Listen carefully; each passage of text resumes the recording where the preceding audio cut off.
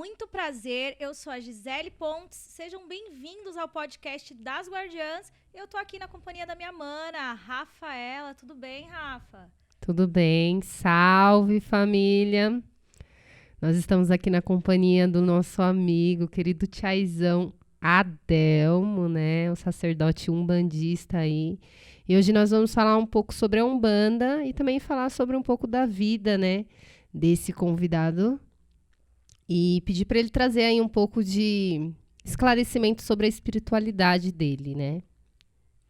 Olá, um prazer enorme, né, estar com vocês aqui compartilhando um pouco desse estudo de vida, né, porque eu vivo isso, né, eu vivo a espiritualidade, ela é ativa na minha vida, não tenho como separar e eu também deixo, né, esse recado para as pessoas que a espiritualidade é algo que você não separa, você não divide, você não é como uma camiseta, né, hoje eu quero estar de azul, ficarei com essa espiritualidade tal, não, é algo que é contínuo na sua vida, né? Você tá dormindo, você tá com a espiritualidade, você tá acordado, tá com a espiritualidade. Tá na rua, tá com a espiritualidade. Todos os lugares, elas estão aqui presentes, né? Então, a gente é a espiritualidade. O tempo todo. Mas, existiu na sua vida algum processo, assim, de uma época que você não era tão conectado com a espiritualidade e posteriormente você teve uma maior conexão? Como que é a sua história, assim, na espiritualidade, quando você realmente se descobriu tão uno, né, com a espiritualidade, com tudo? Sim, na verdade, quando eu era menorzinho, né, eu tinha vontade de ser padre. Olha, você já veio com o negócio, já gostando Porque das coisas. a minha família incentivava muito essa parte do catolicismo, né? Muito voltado para isso, né? Então a gente ia à missa, né, aos domingos ali. Era algo que eu gostava, que eu me sentia confortável, né? Mas eu não entendia muito a ritualística, né? Até hoje não compreendo muito bem, né? Preciso estudar um pouco mais sobre essa questão, né, ritual, assim. Mas aí eu senti sabe, aquele ponto de luz ali, você fala, eu acho que eu tenho acesso a isso, eu acho que, não sei, eu senti uma conexão, sabe? Pequenininho. E aí depois minha mãe começou a me levar num terreiro, isso depois de um bom tempo, né? Também bem pequeno, por volta ali de uns 11, 12 anos ali. E eu comecei a entender um pouco mais sobre essa ritualística, né? Primeiro a gente acessa o terreiro para buscar um benzimento, para buscar um passe, né, mediúnico da linha umbandista que tá ali, né? Seja do caboclo, do preto velho. E aí eu comecei a me identificar, sabe? Com o barulho do atabaque, com o cheiro da defumação. Aquilo foi mexendo comigo, assim, de uma maneira, né? E aí eu me afastei totalmente, comecei a viver outras coisas, estudei, né? Fui pra faculdade e tudo. E aí, num certo momento, tive uma passagem também quando era mais novo, que um espírito, né? Que no caso foi meu falecido tio, ele se apresentou dentro da Umbanda, né? Porque um primo meu tava muito perturbado lá em Minas Gerais. E aí, a minha mãe, ela traz muito pra ela, assim, aconteceu alguma coisa com alguém, o problema foi eu. Sabe? Minha mãe é muito assim. E aí ela ficava se culpando que tinha sido ela, porque a gente ia visitar esse tio nosso em Minas todo ano. Isso fazia uns 5 anos seguidos que a gente ia lá. E aí aconteceu numa dessas idas o meu tio falecer, né? E ele, depois que ele faleceu, nós voltamos aqui pra São Paulo, porque a gente morava aqui, a gente tava indo pra lá pra passear mesmo, em Minas, né? Quando a gente voltou, um primo meu começou a subir em cima da casa, quebrar as telhas da casa, sabe? Uma coisa bem perturbadora, assim. E aí a gente foi, né, num terreiro umbandista. Quando chegou lá, o espírito do meu tio se manifestou numa moça lá. E ele falou com a minha mãe, levando uma mensagem. Falou, mana, eu preciso me libertar, preciso que vocês acendem velas pra mim e tal. E a gente fez esse movimento e hoje, nunca mais o espírito do meu tio se manifestou dessa maneira, né? Que aí a gente Pedindo já... ajuda, né? Claramente, foi um pedido ali, de ajuda, um socorro, né? Isso é bem interessante, porque tem essa vertente dentro da Umbanda, mas também dentro de outros contextos, no mundo espiritual, fala muito sobre isso mesmo, sobre essa questão de a gente fazer orações para as pessoas que foram, que ajuda muito, principalmente quando é uma coisa mais impactante, né? Um caso mais grave, e você, para ajudar realmente essa alma aí. Mas bem interessante essa... Isso foi quando eu era bem novinho, né? Criança. Eu queria entender um pouco do contexto do seu primo. No caso, Aham.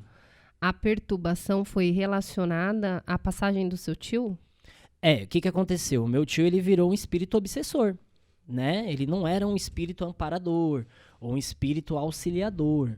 Ele veio realmente para perturbar, né? Porque ele não tinha, na verdade, tinham pessoas aqui que estavam segurando a ida dele, né? A gente pode falar o além, o Orum, o Lorum, né? Tem várias nomenclaturas. Mas para ir para o outro lado, né?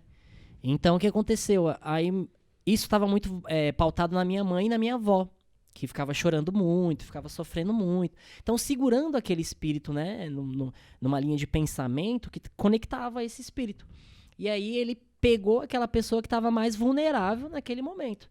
Que meu primo, né, tomava uma cachaça, tomava uma cerveja, né? Alcoólatra, né? E aí começou a vir nele, assim, sabe?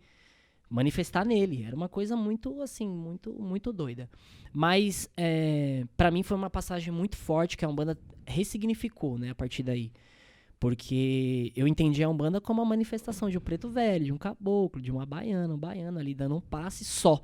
Não como, né, um canal para vir um espírito se manifestar e falar, trazer uma mensagem para outras pessoas orar, acender vela. Você tá entendendo? Entendi. Não tinha só esse viés do passe mediúnico, né? Transformou para mim, ele ressignificou, né? E isso você era super jovem, né? Como Nossa, você eu tinha falou. uns 12, 13 anos. E aí, e daí em diante, como é que foi indo o seu desenvolvimento na Umbanda? Daí eu saí, né? Fui viver outras coisas, estudar, tal. Aí eu participava de festas, rave. Era muito da balada, assim, né? Saí um pouco. Aí eu indo pra faculdade, muito voltado nesse movimento de festa, de divulgar festa. Eu vivia com fone de ouvido aqui e o mundo acabou pra mim, né? E aí eu senti um empurrão, assim, muito forte no meu ombro. Aí eu olhei, assim, porque era uma via ali no Carrão, né? Eu estudava na Unicid. E aí eu passando naquela via, assim, senti duas mãos, tipo assim, duas mãos não, senti um empurrão, assim. E aí, olhei pro lado, nada. Falei, vou seguir, né? Beleza. No outro dia, tô andando nessa mesma avenida. De novo, um empurrão. Pá! Meu Deus do céu. Aí eu já olhei, eu falei, o que tá acontecendo aqui, né? Aí eu olhei, tava escrito, tenda de caboclo, ventania. Eu falei, mas isso aqui é um terreiro de Umbanda, o que é isso aqui, né? E eu sentindo aquele cheiro de defumação, assim, né? Falei, vou ter que ver um dia aqui pra ver o que tá acontecendo. E aí eu fui, deixei de ir um dia na faculdade, fui nesse terreiro. Quando eu cheguei lá, um caboclo lá de dentro gritou, meu irmão! Aí já subiu a cabeça. Falei, meu irmão, como assim? Eu trabalho com um caboclo chamado Caboclo Cobra Coral, né? E ele, na mitologia, ele é irmão do Caboclo Ventania. São caboclos que mexem muito com o clima, sabe? Tanto o Ventania, né, que já tá na nomenclatura Ventania, trabalha com vento. E o Coral, ele trabalha com muita... Ele tem até um Instituto Cobra Coral, que fica no Rio de Janeiro, que trabalha com a parte de clima. Eu já ouvi falar. É muito doido isso. Inclusive, eles foram contratados na época da Copa para fazer um trabalho para não chover. Uau! Isso daí eu já não imaginava. Não, mas Muito, é interessante a gente falar sobre a questão das forças da natureza relacionadas às entidades e aos orixás, né? Porque é uma representação disso, né? Você Sim. poderia falar um pouco melhor sobre essa questão? Bom, aí a Umbanda, aí eu comecei a estudar nesse lugar, né? Que foi aí que isso eu tava com uns 19 anos. Aí eu comecei a estudar nesse Super lugar. jovem Ainda. Comecei a estudar nesse lugar, tal, e tentando compreender o que era aquela movimentação. E aí eu aprendi sobre a Umbanda esotérica nesse lugar.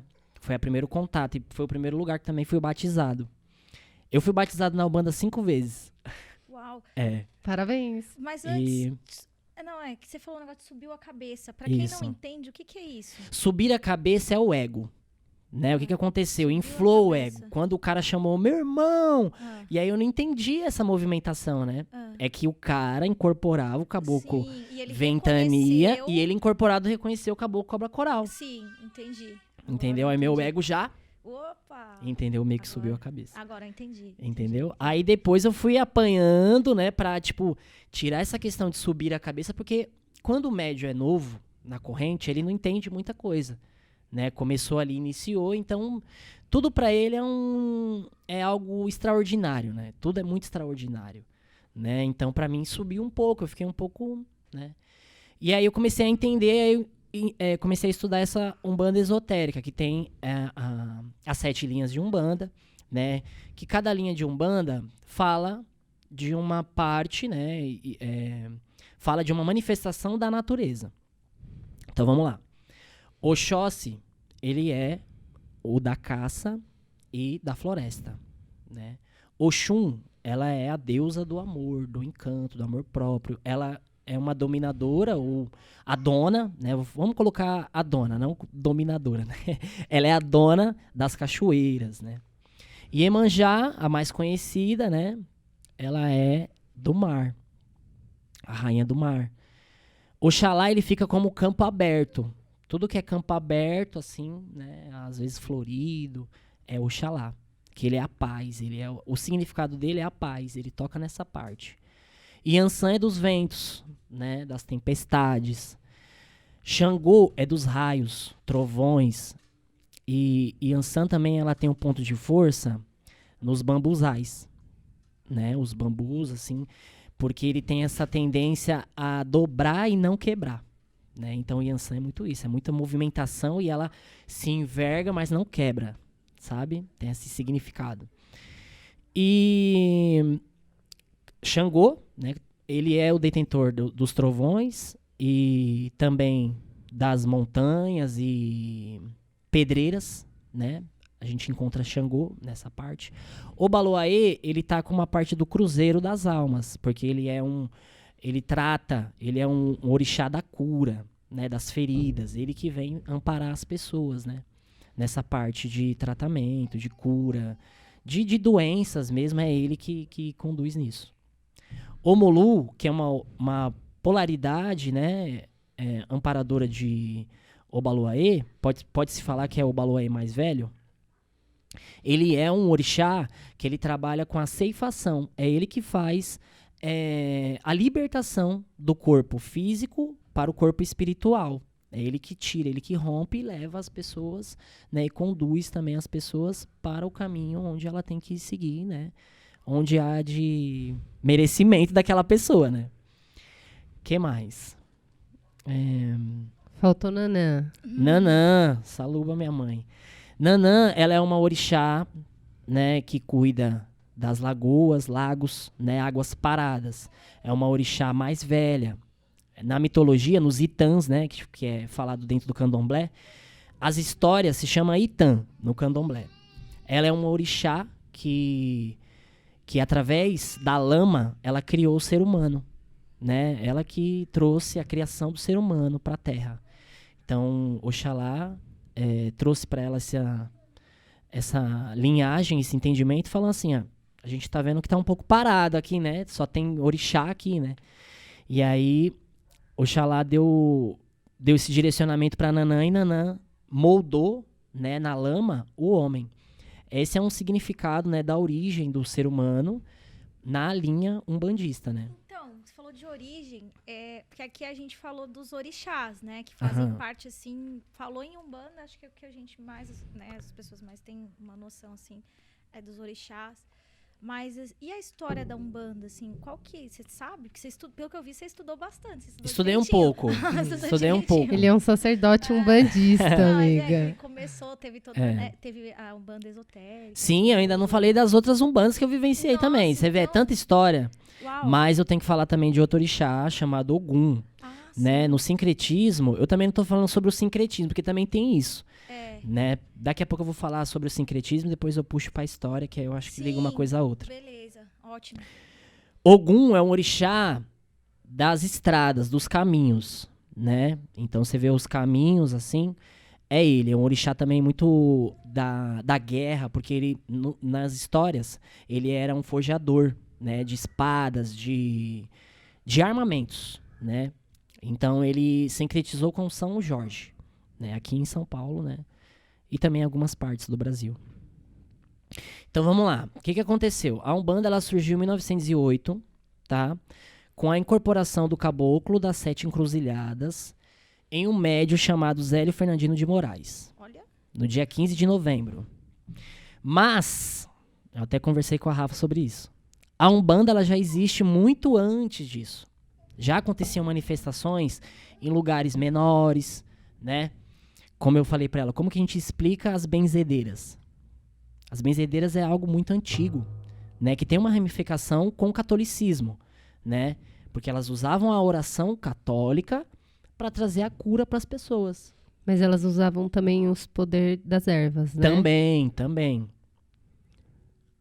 O que faz uma conexão pela questão da natureza, né? Sim. E aí começa a se entender, né, esse benefício, né, dos cuidados e do zelo pela natureza e como isso pode fortalecer o ser humano, né? Como isso pode trazer cura para as pessoas, um chá, um batimento de folha, uma oração com uma folha, né? Então trouxe muito isso. Então, a Umbanda, ela surge no sentido de manifestar-se, tá? Espíritos que não eram aceitos dentro do kardecismo. Sim. Porque você não vê, hoje você vê um pouco mais, tá? Hoje você vê uma cruzada aí, ou melhor, vou falar, uma abertura maior para esse tipo de espírito dentro do terreiro umbandista. Mas você não vê, na grande maioria dos espaços kardecistas, os espíritos que é da Umbanda trabalhando lá, né? Hoje está acontecendo uma movimentação aí que a gente também não consegue entender. Tem centros e espaços kardecistas que tem lá médios que trabalham com pretos velhos, com caboclo, né? Algumas exceções. E também dentro de terreiros de Umbanda trabalhando com linhas que é do kardecismo, como o Dr. Fritz, Dr. Bezerra de Menezes. Esse Dr. Fritz aí é bem interessante. Né? E a Umbanda ela surgiu para isso. Então, quando o Caboclo das 7 Cruzilhadas incorporou em Zélio Fernandino de Moraes dentro de um espaço kardecista, ele já foi discriminado, né? Ele já foi abordado e criticado pelo fato de que ele era um espírito com baixa evolução perante aqueles outros espíritos que eram de maior evolução. Entende?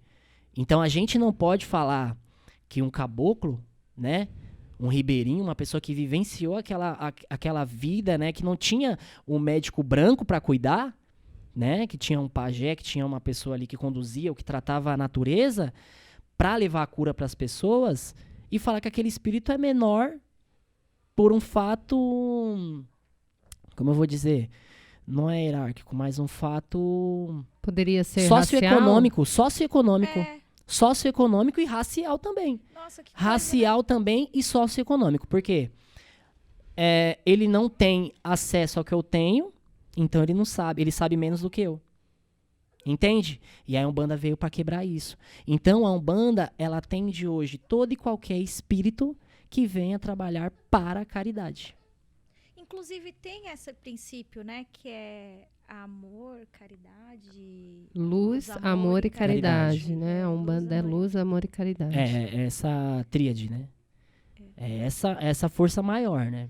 Então, tudo, né, todo trabalho feito dentro da Umbanda tem que ser caritativo, né? Tem coisas, lógico, que levam elementos que é muito caro, né?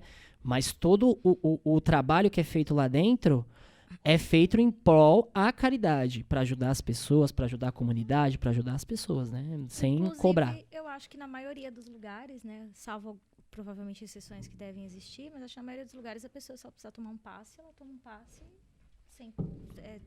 vai e toma um passe, né? Não tem uma energia, uma troca de valor em relação a isso. Então, Depende. aí, Depende do lugar. Depende do lugar, né? Isso, depende do entendi. lugar, da linha de trabalho, Sim. né? Eu respeito os lugares que fazem isso, porém eu não sou a favor a isso, Sim. né? Tem sim uma demanda de coisas e materiais, né? Que não tem. Vou falar também sobre isso que é importante. A Umbanda, na sua grande maioria, ou na sua raiz, não tem sacrifício animal, né? Não tem sacrifício animal, tem sacrifícios de folhas, né? Querendo ou não, uma folha é uma vida, né? Então você vai acabar macerando aquela folha, tomando banho de erva, né? Você faz alguns alimentos, né? Voltada para cada orixá, né? E para aquela necessidade daquela pessoa. Então, eu tô sentindo aqui que faltou falar algumas coisas relacionadas a gama dos orixás. Amigo, fica à vontade. Não, porque eu tô sentindo, né, que faltou.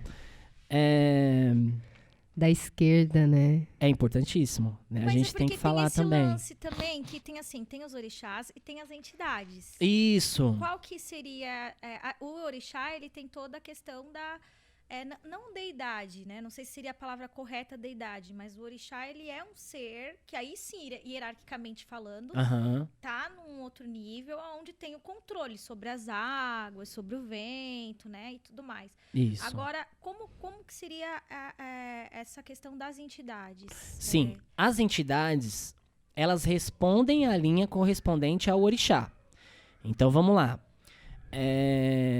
Nós temos, dentro da questão de Oxóssi, ele cuida e trata da natureza, da floresta. Então, automaticamente, quem que ele vai direcionar são os caboclos, as caboclas, né, da floresta. E aí a gente vai para a linha de Ansan, por exemplo. Ela pega e direciona a linha dos baianos. Né? Também nós temos Xangô, que também trabalha com os baianos. Xangô, ele trabalha também mais forte com os boiadeiros, né? Então, dentro de cada linha, né, dos orixás, tem abaixo dele as entidades que trabalham. Que aí eu acho que as entidades elas se enquadram na questão dos espíritos que a gente estava falando, que são pessoas que às vezes teve uma vivência socioeconômica não tão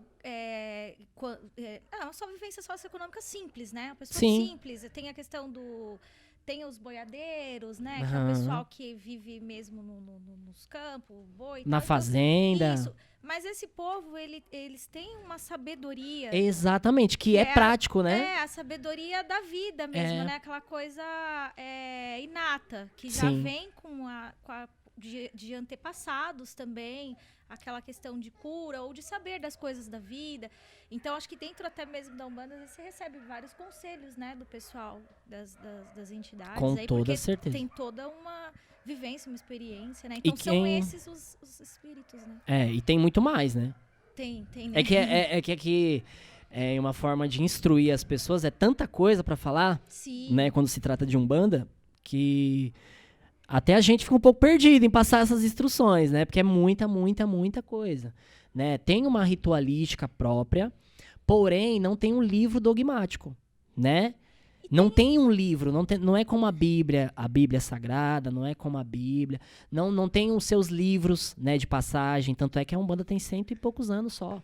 É super né? jovem, Super né? jovem, ainda tá evoluindo muito. Brasileira, 100% brasileira? Brasileira, porém tem essas questões de das origens, né? Por isso a gente falou sobre esse sincretismo religioso. Vamos falar uma história rapidinha. Existiu um movimento lá atrás, que vocês já ouviram falar, isso é uma nomenclatura que rola muito aí, né, nos bastidores, que é o Santo do Paoco. O que é o Santo do Paoco? O Santo do Paoco era uma imagem católica, tá? Que o povo negro escravizado fazia o quê? Furava essa imagem e colocava lá dentro otás. O que são otás? São pedras, são ervas específicas daquele orixá. Então ele fazia a menção àquela imagem católica, pro branco, né? Sim. Falar, ele tá fazendo uma menção ao nosso Deus. Isso. Né? Aos nossos deuses, aos nossos santos. E na verdade, ele estava fazendo menção ao que estava dentro, que era a verdadeira origem, né? A verdadeira energia, né, da natureza, que eram os otás, que eram as pedras, simbolizadas, né? Posso falar simbolizadas? Posso.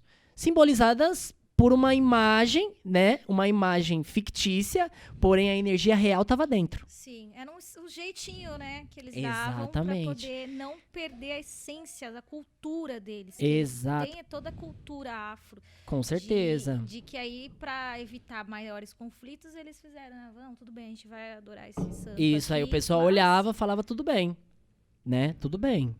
eles davam né? um jeito. Tem uma outra palavra que é bem forte, que é a macumba, né? Que é popular, né? Popular. O pessoal fala, tá rolando uma macumba ali. Na verdade, gente, a macumba é um instrumento, né? Um instrumento que é tocada, né? Então, quem toca macumba é macumbeiro. Entende-se? Aí virou essa palavra, né, que não é legal, né? Só pode ser dita pra quem é macumbeiro. Quem não é macumbeiro não pode falar que tá fazendo macumba. Porque aí já é preconceito, porque não sabe qual que é o simbolismo real do que tá acontecendo ali, né? Então, surgiu, né? Entende-se que não tem uma história propriamente dita pra falar quando aconteceu esse sincretismo religioso, tá? Só pra explicar pra vocês isso. Então, entende-se que, através dessa movimentação, né, que eles faziam em mostrar para o branco que estavam adorando aquela imagem, acabou que a espiritualidade se uniu, né? Então, entende-se, por exemplo, que São Jorge, por ele ser um grande guerreiro, né, por ele ser um soldado, né, ele tem muita identificação com Ogum, que era um grande guerreiro, um grande soldado, um fazedor de armas, né? Então, por isso, aconteceu o sincretismo religioso, que é uma identificação, né? Uma identificação apenas. Então, hoje você vê dentro do terreiro de Umbanda várias imagens católicas por causa disso, entende? Sim, desse sincretismo que... Sim. foi Que aconteceu, né, espiritualmente. Dá pra gente falar e associar pela questão dessa miscigenagem, né, dessas culturas, que eu já ouvi, né, algumas vezes, que essa cultura também foi trazida com os escravos, né? Muito dessa cultura, agora você falando desse lance de cultuar com o pauoco, mas cultuar a essência ali do orixá, a essência da entidade, ela para mim tem uma conexão com essa questão da escravidão, né? Sim. Onde eles não poderiam estar cultuando os próprios deuses deles, né? Eles não poderiam ser eles, né? Então, você tirar a essência, você tirar essa conexão com o espiritual de qualquer pessoa, você perde a essência, né? Até dentro do contexto, assim, eu acredito que pra gente, pros indígenas e tudo mais, teve aquele lance também, porque os indígenas, eles têm a conexão muito forte com a natureza mesmo, Sim. né? Então, aquela coisa, assim, um respeito é a cultura mais encantadora, na minha percepção, que existe. Por todo esse respeito que há com a natureza e com a vida. E acho que nem isso, quando teve toda a questão, né, que o pessoal chegou aqui invadindo tudo e tal, acho que também nem isso deu pra... Respeitado, né? Respeitado. Então, tipo assim, foi. realmente era aquela coisa de imposição total mesmo da questão da Igreja Católica, Sim. né, gente? Que é uma coisa que domina muitos séculos, são Com muitos certeza. séculos de poder.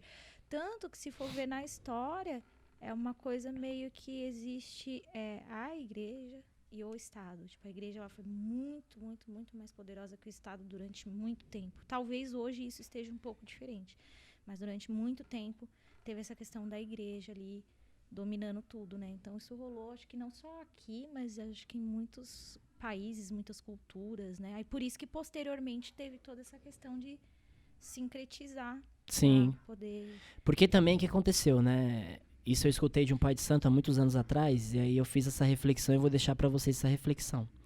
Vocês imaginem a quantidade, né, de espíritos, de pessoas que foram mortas, né, que foram ceifadas durante esse processo, né, de colonização aí, né? A quantidade de índio que foi morto, de indígena, perdão, a quantidade de povos indígenas que foram mortos, né, ceifados, né, assassinados, a quantidade de povo negro, preto, né, que foi assassinado durante esse processo, e a quantidade de espírito que ficou vagando por aí. Então, tem essa linha que estuda que se a Umbanda não tivesse surgido para esse povo se manifestar, aqui seria um país muito obscuro, sabe? De não conseguir ir pra frente de jeito nenhum. Porque eles eram de um poder tão grande, magisticamente, que eles precisavam ter um espaço para atender de manifestação, sabe? Para ressignificar muita coisa, né? Para ressignificar muita coisa, principalmente para quem traz e incorpora, né? Essa espiritualidade, porque o ensino que aquela pessoa está vindo, aquele consulente está vindo para receber, aquela pessoa que está irradiada ou incorporada, né, depende muito da pessoa. Eu sou um médium semiconsciente, né? Eu tô ali, compreendo naquele dia, passa 2 dias eu não entendo nada. Eu esqueço tudo, né? Ele não deixa nada para mim. Então, aquele consulente que está vindo receber um ensinamento, ele tá numa posição, né, de como que eu vou explicar? Ele tá numa posição que tá de anseio em receber algo, né? Agora, o médium que tá ali trabalhando, ele já, não. Ele tá numa missão de mediar. Ele é por isso da palavra médium. Ele é um mediador da conversa e da ideia, né, que aquele espírito vai trazer para passar para aquele consulente. Então ele aprende muito, né? Então, o único propósito do médium é aprender. Aprender sem fim. Então, eu venho ressignificando toda vez que eu trabalho nessa linha muito da minha vida, das coisas que eu faço. Às vezes o problema que aquela pessoa tem ressignifica o meu problema, né? O que eu achava que era problema. Às vezes a pessoa tá com um problema enorme e eu acho que eu tô com um problema e não tô com um problema tão grande assim, sabe? Então é uma troca muito válida, é uma troca maravilhosa, linda. E a gente ali como a posição de mediador, né? A gente se sente grato quando a pessoa fala que conseguiu alcançar um benefício, fala que a pessoa conseguiu ficar feliz, ficar, né, mais tranquila com as coisas que estavam acontecendo. Porque você como mediador, né, a sua espiritualidade, a espiritualidade que trabalha com você, passou uma mensagem para aquela pessoa que mudou a vida da pessoa. Né? Exatamente. E por falar em mudar a vida, eu já ouvi falar de uma profecia do Brasil. Acho que algumas pessoas já ouviram falar, né? Que o Brasil é um país que já, de uma certa forma, assim, assustou alguns, como se fosse assim, controles, pessoas que estão no controle, alguma coisa de poder, assim, tipo, opa, esse país aqui é preocupante. Mas por quê? Porque o Brasil realmente ele tem um diferencial quando a questão é fé, quando o quesito é fé. Então é um negócio muito louco, porque já fizeram até pesquisas, né, sobre essa situação e diz que é um dos lugares do mundo assim que as pessoas têm mais fé. É no Brasil, e mesmo apesar do contexto socioeconômico não ser assim o mais favorável, né? Ainda assim é um lugar que tem essa questão de e não só essa questão de fé, tem uma profecia também, né? Que diz que o Brasil é um berço de pessoas que vão transformar o mundo por meio de mensagem de luz, de amor, do despertar de consciência. Mas isso era algumas décadas atrás. Depois eles viram que não, tá tudo bem, pessoal. Aí eles ficaram mais de boa, né? Mas há umas décadas atrás eles tinham uma grande preocupação com o potencial de transformação mundial que poderia surgir a partir daqui desse nosso país. Sim. E acho que isso tem a ver também um pouco com toda essa questão, né? De que realmente, assim, aqui tem todo um histórico que foi necessário, né? Acho que trabalhar, desenvolver aí algumas questões pra gente. Agora, você comentou assim, um pai de santo disse uma coisa. E tem muitas pessoas que não sabem, né, o que é um pai de santo. O que seria um pai de santo? Que eu tô falando igual um povo que não. Não, porque realmente, eu tô falando igual o povo que é leigo, porque eu também sou, entendeu? E eu tenho uma noção, né, superficial, mas tem gente que às vezes não sabe de nada mesmo. Então, É assim, vamos lá. Quando deixa eu ouvir falar pai, mãe, pai. Quando um médium chega no terreiro umbandista ou no candomblecista, né, ele começa uma nova vida. Por quê? Porque ele vai entender agora a vida dele espiritual. Ele entendia a vida dele, né, material ali, humana, não sei qual conotação que eu posso dar, né? Ele entendeu a vida dele humana e agora ele começa a compreender essa vida espiritual. E aí que entra essa questão de pai, mãe de santo. Por quê? Porque ele é uma pessoa, é um zelador. Ele é uma pessoa que vai cuidar, é uma pessoa que vai direcionar, né, o caminho espiritual, mostrar como é uma incorporação, né, de uma forma mais coesa, de uma forma mais tranquila. Porque, gente, eu vou te falar, exemplo pessoal, tá? Quando eu cheguei nesse terreiro, nesse primeiro terreiro que eu falei pra vocês que eu fui empurrado, eu falei, eu acho que eu sou Ogã. Ogã é aquele cara que toca o atabaque. Só. O cara que é Ogã, ele só toca o atabaque. Na Umbanda, a gente chama de curimbeiro, porque ele participa do movimento com o atabaque e ele também incorpora. Beleza. E aí eu falei, eu sou Ogã. Aí o cara da casa falou assim, o pai de santo falou, ó, vem de branco, tá? E vamos participar da roda. Aí beleza, eu fui de branco a primeira vez, fui lá, mó alegria, aquela defumação passando, aquela coisa toda, aquelas velas. E eu, bacana, achei legal, né? No segundo dia, segunda vez que eu fui, tava lá, batendo palma, não sei o que, tô lá na roda, tal, que não sei o que, daqui a pouco o negócio fez assim, meu braço pra trás. Aí eu, mas o que é isso, gente? Tá acontecendo comigo? Aí depois o braço pra frente, aí depois o braço pra baixo. Então, esse é um desenvolvimento mediúnico.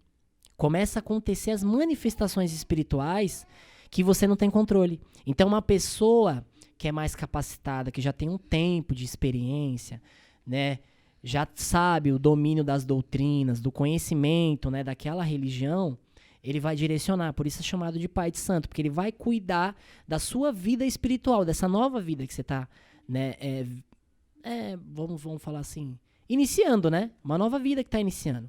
Então você, como um bebê, né? Você começa engatinhando nessa vida espiritual, e aí ele vai te instruindo, ou ela, né, também vai te instruindo, para você ter o movimento mais coeso, para você fazer com mais coerência aquelas coisas, né?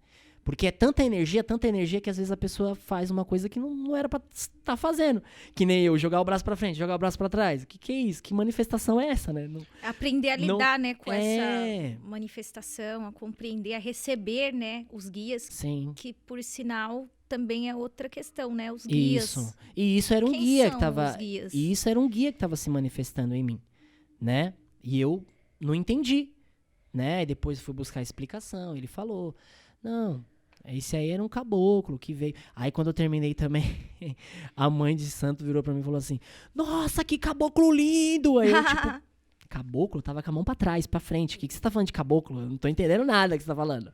Então assim, é uma pessoa que vai vir pra direcionar, pra ensinar a pessoa o que tá acontecendo. Porque é tudo muito confuso, né? Ao mesmo tempo que tem aquela euforia, né? Que é tudo muito novo, eu falei, né? Que é muito, muita alegria. É tudo muito confuso. Né? Muito, muito confuso. E aí, depende do terreiro, né? Tem um calendário, né? Então, hoje vai acontecer um movimento de caboclos. Então, é chamado aquela energia de caboclo, né? De Oxóssi.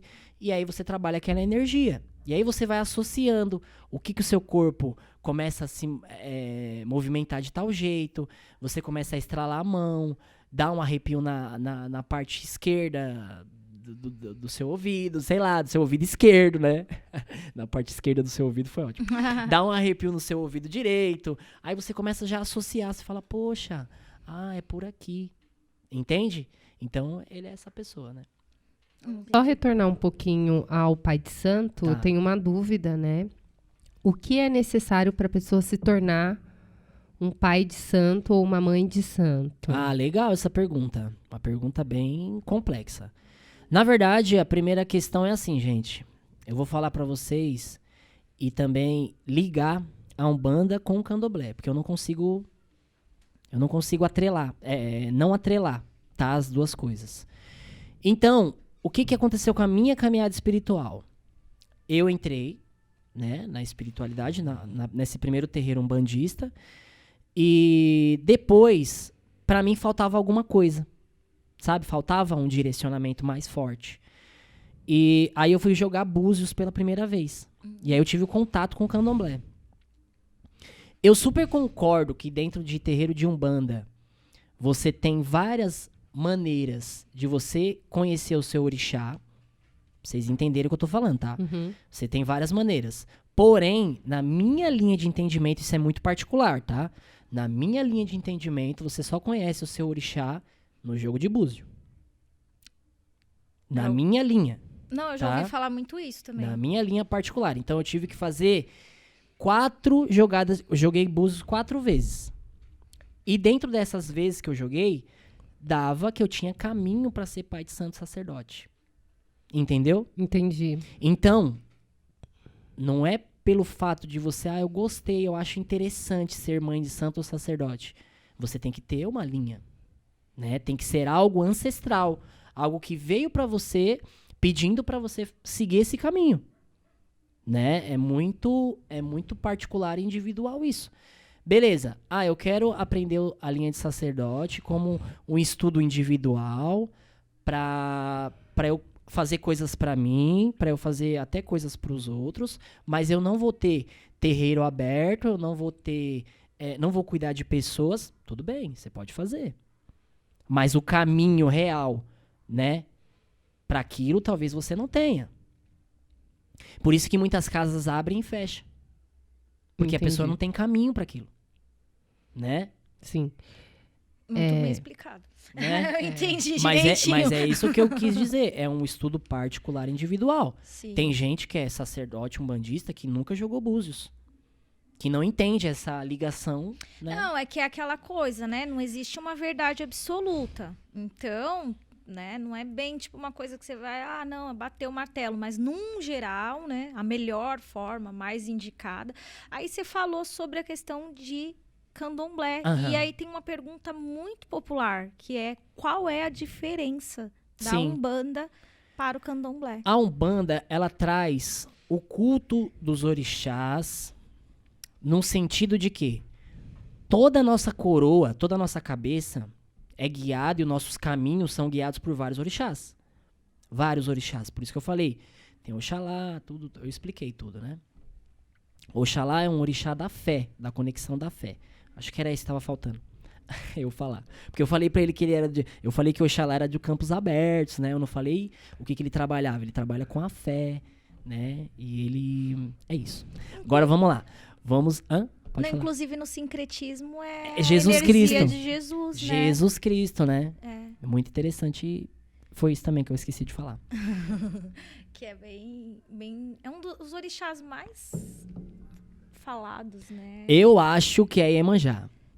Também, Eu né? acho que o orixá mais popular é Iemanjá. Eu tô sentindo uma particularidade Não, aí, não, hein, não. amigo. Não, eu Eu gosto... sei que você é eu de Iemanjá. gosto, não sou de Iemanjá. Eu tenho um enredo com Iemanjá, mas eu não sou dela. Não, mas você tá falando... Ela pelo- me abraçou, me acolheu, mas eu não sou filho dela. Ah, não. Não, eu pensei eu sou que de era. Oxum. É, Sério, eu pensei que você sério. era de Iemanjá. E já caiu em vários jogos isso. Mas enfim, vamos voltar lá pra questão Aham. do candomblé. Então, você tem culto e você movimenta várias energias, né? A Umbanda você movimenta várias energias. O candomblé já é diferente. Você vai cultuar o seu orixá de cabeça, às vezes ali um ajuntó, que é um orixá que acompanha. Então tem muito desse nascimento, né? Então tem a raspagem de cabeça no candomblé, tem todo um segmento, tem toda uma ritualística que é totalmente diferente da Umbanda. E as pessoas Entende? confundem muito, né? Confunde muito por causa da vestimenta, que todo mundo vai de branco, todo mundo vai de pano de cabeça.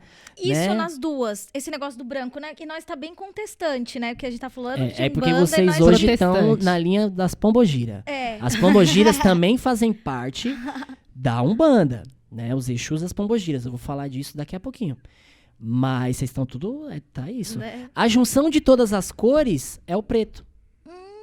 Que Já parou interessante. pra refletir sobre isso? Não. Quando você mistura todas as cores, você tem o preto. Né? A ausência de qualquer cor é o quê? O branco. Eu achava Né? que era o oposto.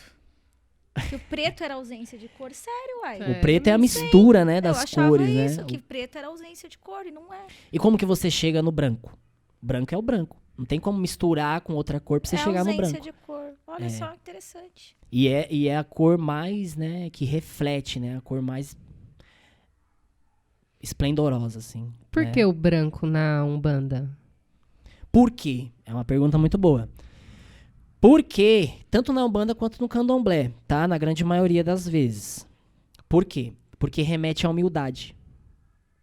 Isso principalmente a Umbanda, né? A tirar a questão da vaidade, porque você vê que a maioria é branco e é aquele pano, né, mais batido, não tem tanto detalhe, não é tão decotado, né? É um branco mais larguinho, assim, né? Como eu vou te explicar?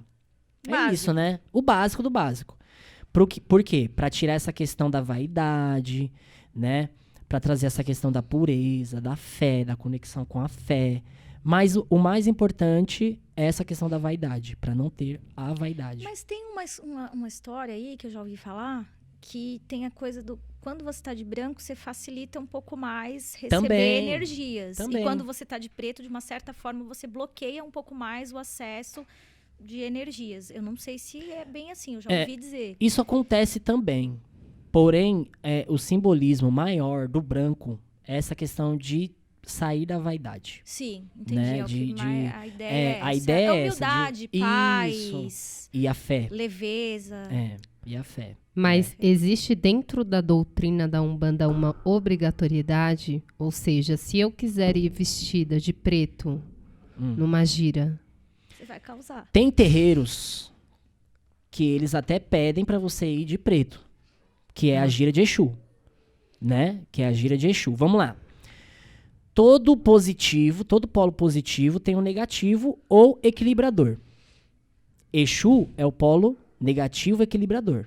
Não que é ruim, tá? Se você for ligar a tomada, ele tem um positivo e negativo, sim, que é pra equilibrar. é a dualidade. Né? É pra equilibrar. Então, Exu, ele é isso. Exu, ele é tudo e nada ao mesmo tempo. Ele é o vazio e o cheio. Ele é o primeiro a ser cultuado em qualquer casa umbandista e candomblecista também. É um respeito extraordinário. Extraordinário. E ele faz essa menção do preto, do vermelho, né? Que são cores mais vibrantes, mais do fogo mesmo, né? Mais dessa movimentação energética que não é tanto voltado para Oxalá, que é branco, que é a paz, que é a tranquilidade, que é a fé, né? Não que um é oposto ao outro, porque um depende do outro, sabe? Mas é o complemento. Então, assim, você vê que é diferente, mas um não vive sem o outro. Mas existe a obrigatoriedade? Ou Obrigatoriedade. não? Dentro da doutrina. Obrigatoriedade você tem, dependendo da casa, tá? Dependendo da linha que vai ser trabalhada naquele dia. Entendi. Né?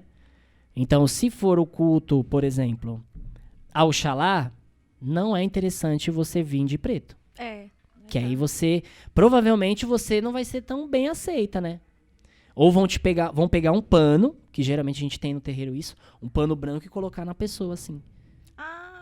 Às vezes a gente tem, porque tem que adaptar, não vai expulsar a pessoa. Sim, né? Não vai expulsar a pessoa. Um jeitinho. É. Mas voltando um pouquinho pra Umbanda e Candomblé, que aí a gente tava na questão do Candomblé. A Umbanda, eu acho que a gente falou bastante, assim, deu pra entender bem legal. Sim. Agora, o Candomblé, ele tem essa linha, já mais essa questão da doutrina de raspagem de cabeça. Isso. E mais, assim, quais são os diferenciais? E tem a questão do sacrifício animal. Então, que né? também é uma coisa que às vezes as pessoas confundem, né, com a Sim. questão da Umbanda. E a Umbanda, que nem você deixou bem claro, né, não existe sacrifício animal na Umbanda, Sim. né? E o sacrifício animal que é feito dentro do candomblé é algo muito com respeito, Sim. tá? A gente tem frigoríficos pra matar os animais. Você come uma carne que você nem viu. Sim, né? exato. Dentro do candomblé, não. Eles rezam naquele animal. Aquele animal é rezado. E depois eles tiram aquela essência que sai do animal e a comida é dividida entre todos que estão ali presentes. Sim, então, Entendi. é legal ver desse ponto de vista, porque às vezes a gente vai estar de fora Sim, e eu mesmo já estive no papel de achar um absurdo. exato. Só que assim, já fui em churrasco na minha vida. Entendeu? Então é uma hipocrisia, né? Total. Você come às vezes uma salsicha que tem quantos frango ali dentro? Exato. Né? você É um nem sabe. absurdo, né? É um Você nem absurdo. Então, sabe, assim, é coisas pra gente refletir. Isso, legal. Pra gente trazer essa- respeitar. Aquilo não faz parte da sua vida, tudo bem, mas respeita quem faz. Tem que ter respeito, né? Aí por isso que existe, então, essa questão de esquerda e direita, meio Isso. que... Tem isso, né? Na Aham. Umbanda. A esquerda seria toda a linha de Exu e Pombogira, Ah, né? tá. E a direita seria todas as outras, né? Sim. Que trabalha os baianos, preto velho, caboclo, as crianças, né? E outras linhas também. Então, essa seria a direita. A esquerda seria Exu, Pombogira, Exu Mirim, Pombogira Mirim. Mas os orixás que são da Umbanda, eles também seguem também existem no Candomblé? Ou Existem. É os orixás? Os orixás, sim. Agora, as Ah, entidades, algumas sim, algumas não. Ah, Depende entendi. do terreiro, Sim. depende do Ilê, né? Que a gente chama a casa de Candomblé de Ilê. Depende do Ilê, né? Que tá se é aberto a isso ou não. Tem casa, tem Ilê que não trabalha com nenhuma linha de Umbanda. Não trabalha com preto velho, com caboclo. Eu já ouvi algumas rinchas, assim, sobre a questão de, assim, eu já ouvi alguns filhos de santo falando, mas a Umbanda não incorpora orixá, né? Tem essa diferenciação?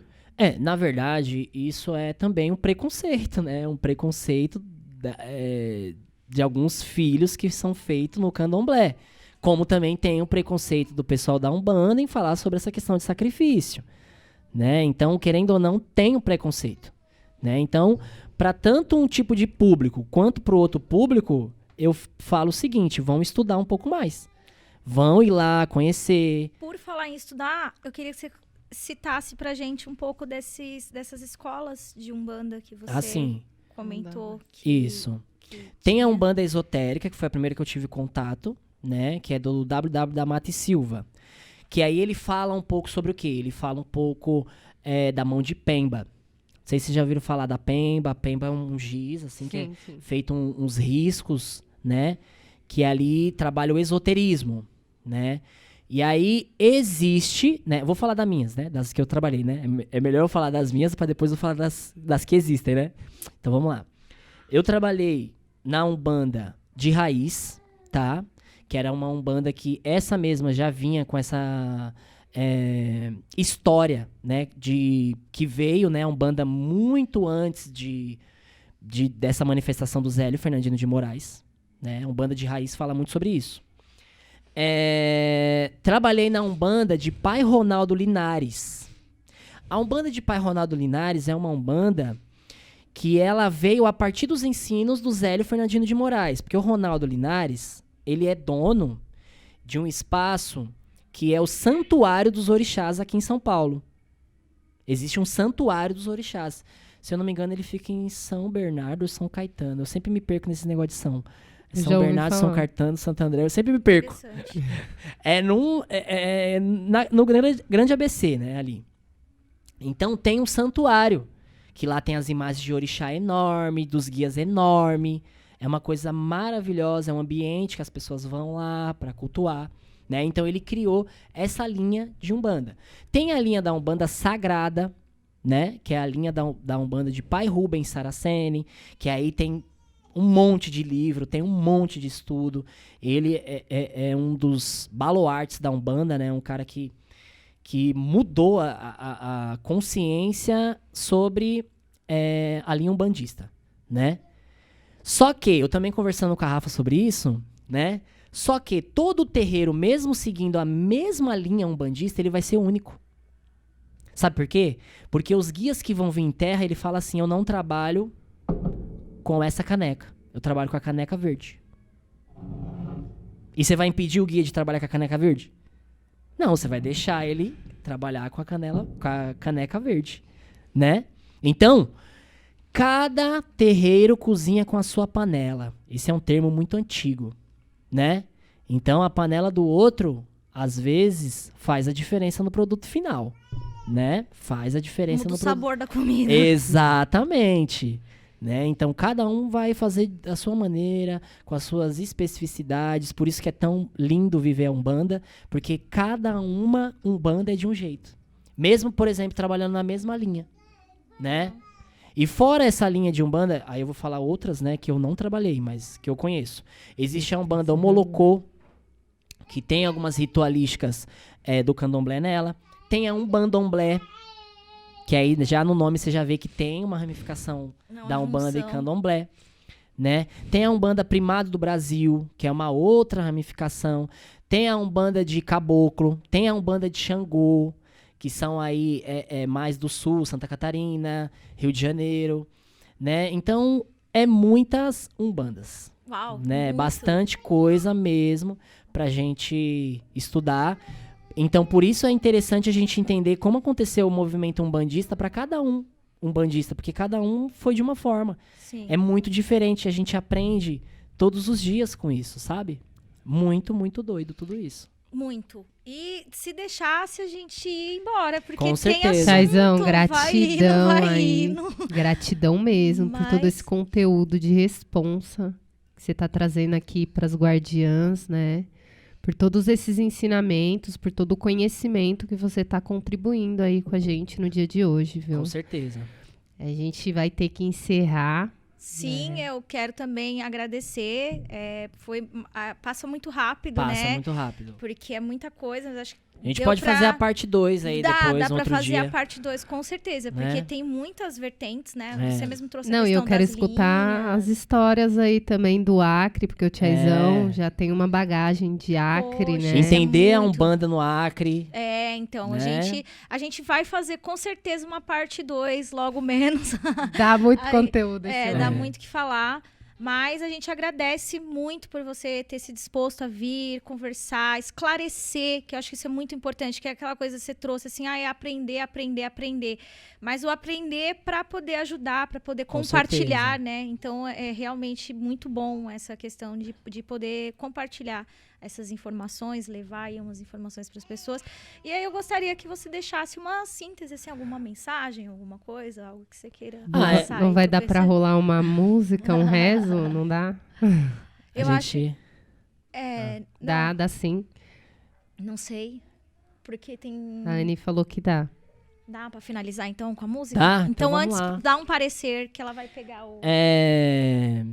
O que eu deixo aí, né, de mensagem é que a Umbanda é um fenômeno muito grande e pra gente abrir mais o coração pra isso, respeitar, né, quem é da Umbanda e quem não é também, respeitar, se estudar mediunicamente, que é muito importante, né, e entender o seu lugar na Terra, né, porque a Umbanda pra mim é isso, é um ressignificado de vida, de respeito, de entendimento, né. E o meu som, falar um pouquinho sobre isso, o meu som, ele é um som, né, que fala sobre as linhas umbandistas também, né, que é um som que fala sobre isso, sobre a movimentação umbandista, né, e como isso modifica e movimenta a minha vida. Arro. Ótimo. Então a gente vai finalizar com um sonzinho, então. Aê, É isso? É isso. Vamos lá. Finalizar com chave de ouro. É que eu não gravo as minhas canções. Porque a espiritualidade falou que eu não é pra mim. Porque se eu tivesse gravado assim na minha mente, entendeu? Porque tá no Spotify, pessoal, no YouTube, acompanhem lá, tá? Chaya Delma. Daqui a pouco, né? Vamos deixar.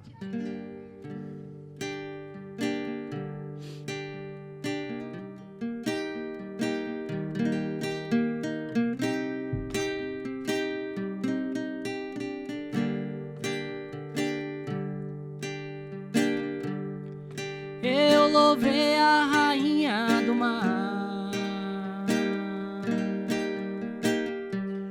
Ela veio aqui me ajudar. Veio aqui me ajudar. Eu louvei a rainha do mar. Ela veio aqui me ajudar. Veio aqui me ajudar.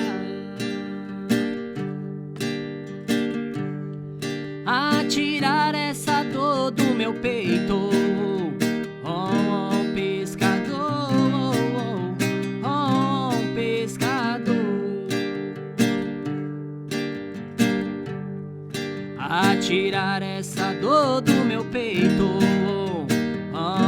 Pescador, pescador. Eu louvei a rainha do mar, ela veio aqui me livrar de toda dor e de todo defeito. Eu louvei a rainha do mar, ela veio aqui me livrar de toda dor e de todo defeito. Ela é a rainha do mar, ela veio aqui me limpar. Veio aqui me limpar. Ela é a rainha do mar, ela veio aqui me limpar. Veio aqui me limpar. Ela é a rainha do mar, foi ela que Oxalá mandou me abraçar.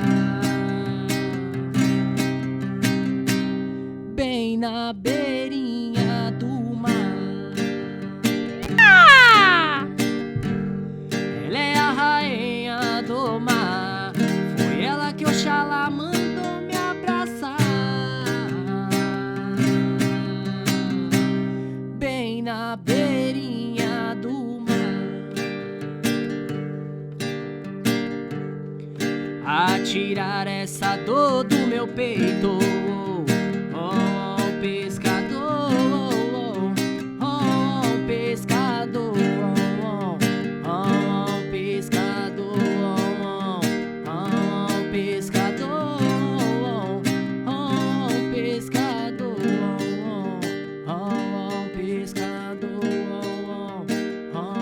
pescador,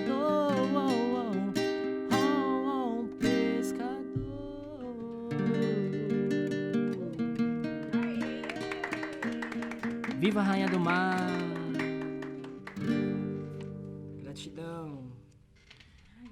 Gratidão você, amigo. Gratidão pela oportunidade, né, de compartilhar, de rezar. E para as pessoas que quiserem entender mais, né, segue lá a gente, @chayadelmo, nas redes sociais. Eu também estou estudando cartomancia, eu faço leitura de baralho, cigano, tarô, né, para quem quer dar uma olhada aí no seu campo, né, entender um pouco melhor aí, entre em contato com a gente aí. Sim, e numa próxima a gente pode até falar um pouco mais de baralho, né? Também Legal, eu acho legal, ótimo. eu acho muito legal, quero muito falar sobre É uma cartas. ramificação ótima. É, então, vai ter, algum momento a gente faz aí a parte 2. E vamos deixar nossas redes também, amiga? Sim. @Rafaela com PH e 2 L's, 3M. E o meu vai estar lá, eu, Gisele Pontes. E segue as Guardiãs, né, gente? A gente já tá lá no Instagram como As Guardiãs do Caldeirão. E também no YouTube, Guardiãs do Caldeirão. Então, no Instagram e no YouTube, tá? Não é As não, gente. Não tem o As na frente, não. É Guardiãs do Caldeirão. Tanto no Insta, quanto no YouTube e também no TikTok. É isso. Né? Gratidão. Então, vambora. Gratidão, pessoal. Valeu. Fiquem com Deus. Até e mais. até a próxima. Falou. Arro.